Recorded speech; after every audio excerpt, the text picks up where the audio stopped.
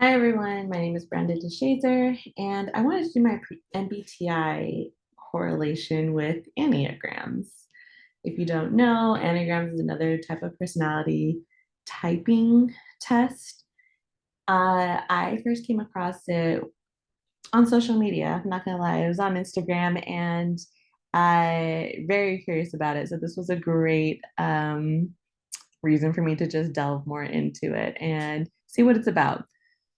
So, throughout this presentation, you'll see a lot of memes. This is how I was first exposed to it, and I hope you enjoy all the fun it comes with. So, uh, let's get into the differences and similarities and everything between Enneagram and MBTI.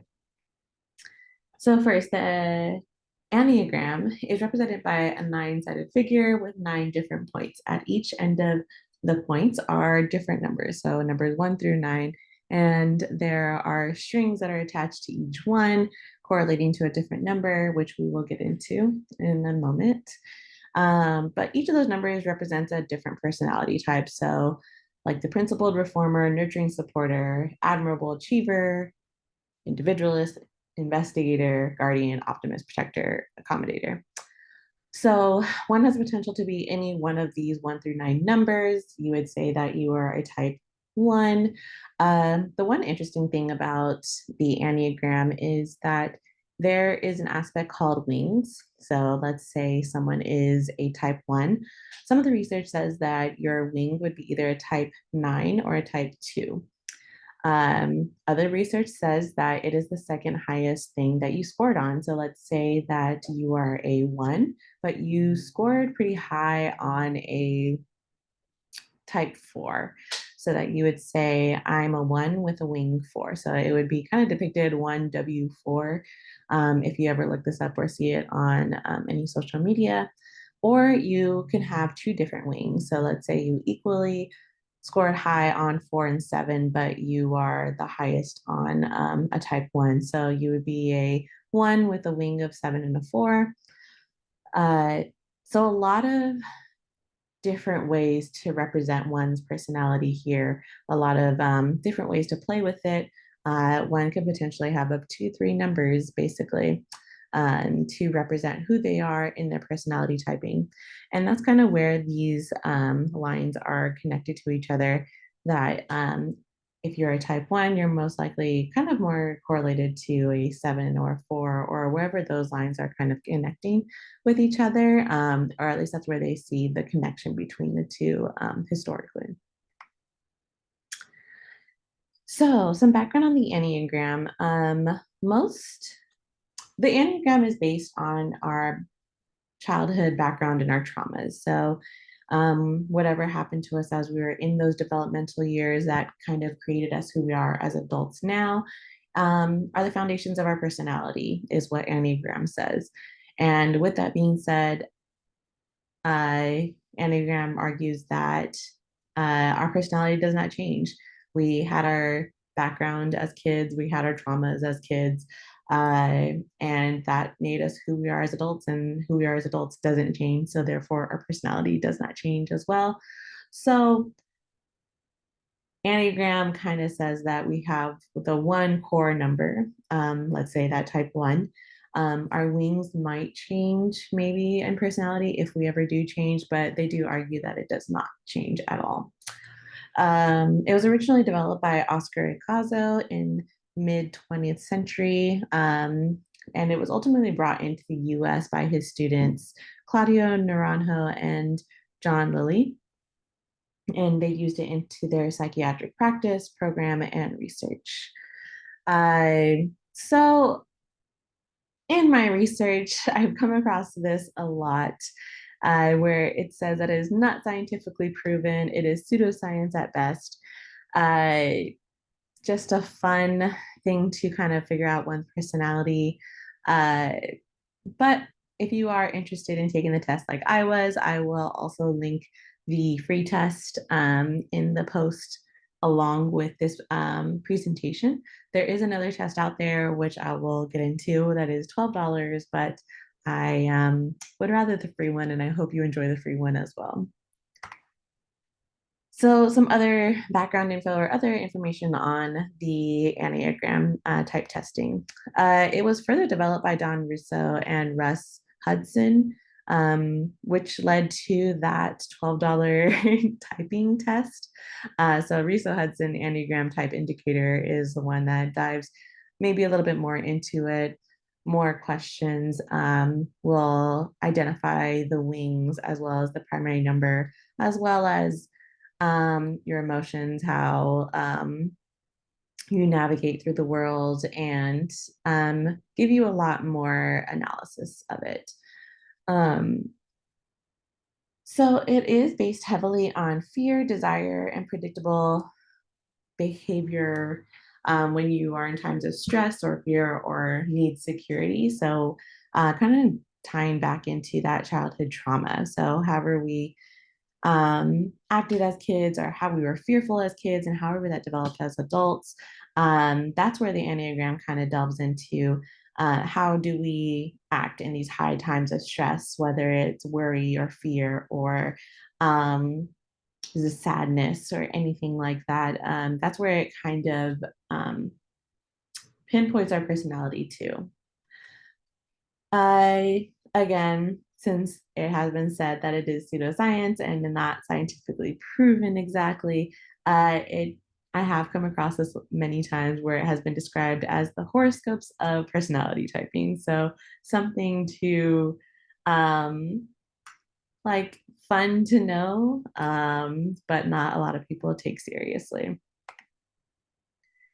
So some of the similarities between the MBTI and the Enneagram testing, that they have designated roles. So the way that there is a type one who is this perfectionist, and how a certain combination of four letters in MBTI is a would be best as a scientist or a researcher or um, those two similarities of you can be a certain type of person when you are assigned these set of numbers and these or this set of letters.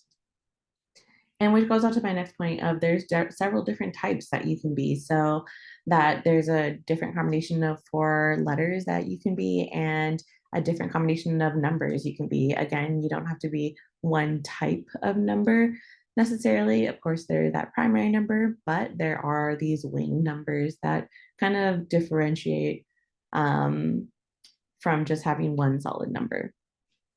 Both of them do emphasize that there is no good or bad personality types. So being a type one is not good, nor is it bad. Being an ENFJ is not necessarily a bad thing. It is not a good thing either. It is just a personality type. It is just who we are, and neither is good or bad, or nothing is should be more sought after, I would say.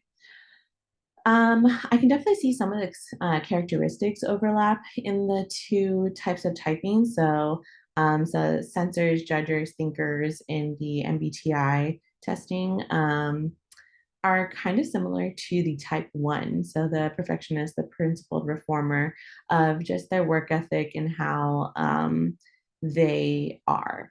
Uh, with that being said, I do think that there are definitely similarities that can be found with characteristics in personality typing, just because you can't really make up a new word or genre of a personality. So, in that sense, of course, these two personality type testings are going to overlap in a way.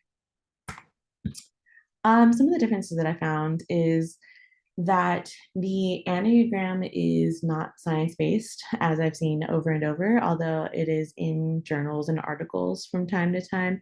It hasn't had that rich testing for decades as the MBTI has had. I think it has been in the US a few decades longer than the Enneagram. So the MBTI is well researched, well proven, and well utilized in the workforce and in schools as well. The MBTI focuses on strengths and weaknesses. So, what is my strength? What is my weakness? And how do I overcome my weakness? How do I utilize my strength? Whereas the Enneagram will focus on the extremes. So, how do I respond to fears? How do I respond when I am sad or when I am angry or just those extreme emotions is what the Enneagram defines.